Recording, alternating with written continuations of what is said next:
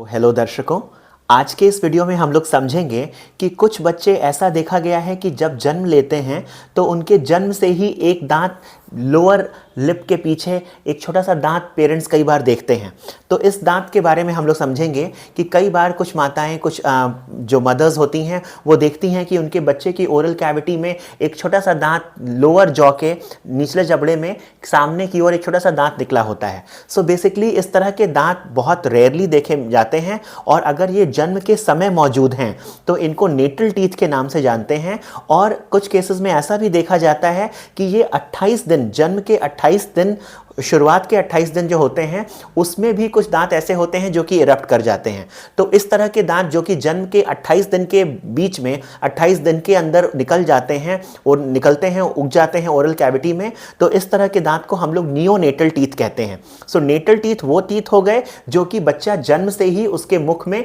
Oral cavity के बीचों बीच में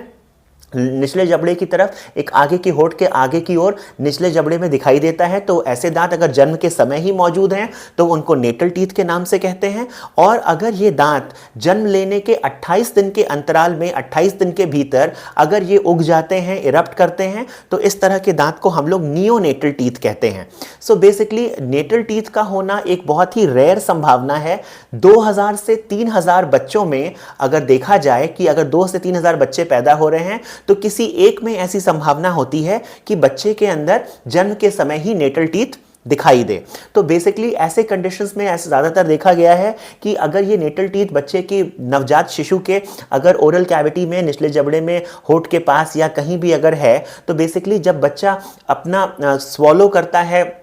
कोई चीज़ निकलता है, बॉटल से दूध पीता है या ब्रेस्ट फीडिंग करता है, तो इस कंडीशन में बच्चे की जो ज़बान का निचला हिस्सा है वो बेसिकली उस पर बार बार उसको हर्ट करता है। सो बेसिकली ऐसा पाया गया है कि वो उसके जो एक तरह का घाव बना देगा ज़बान के निचले हिस्से के नवजात शिशु के। तो इस तरह की कंडीशंस में बेसिकली इस तरह के दांत को निकाल देने की ही डॉक्टर सलाह देते हैं। और बेसिकली अगर ऐसा नेटल टीथ देखा गया है, अगर बच्चा आपका पैदाइश होते ही अगर बच्चे के मुख में दांत हैं, तो ऐसे कंडीशंस में बच्चा जब आपका हॉस्पिटल में ही है, जन्म लिया है, नेटल टीथ है, जन्म के समय ही ऐसे कोई दांत हैं, तो बेसिकली इस तरह के दांत जो डॉक्टर्स हैं, आपके पीडियाट्रिशियन हैं, बाल रोग विशेषज्ञ हैं, वो एक किसी पीडियाट्रिक डेंटिस्ट के बुला करके इन दांत को निकाल देने की सलाह देते हैं। क्यों? क्योंकि ऐसा करने से कई बार बच्चे के जो ज़बान के निचले सतह पर जो लोअर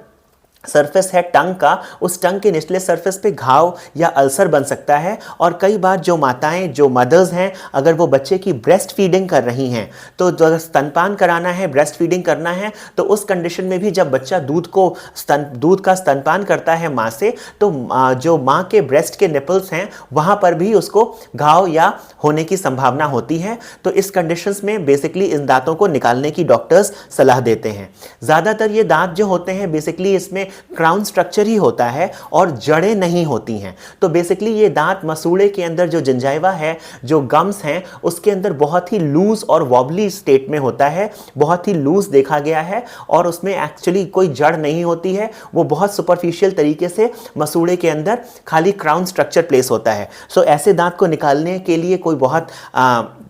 मुश्किल नहीं होती है, मगर इस दांत को अगर ओरल कैविटी में छोड़ दिया जाए तो बच्चे के ज़बान के निचले सतह पर घाव या ब्रेस्ट फीडिंग करने में, स्तनपान कराने में माता को दिक्कत हो सकती है। सो दर्शकों, ये एक छोटा सा वीडियो था जहां मैंने आपको बताया कि अगर किसी को, किसी नवजात शिशु के अंदर अगर कोई जन्म के समय या जन्म के 28 दिन के अंदर अगर कोई दांत उग जाता है या जन्म से ही कोई दांत मौजूद है, तो उस दांत का क्या ट्रीटमेंट है, उसके क्या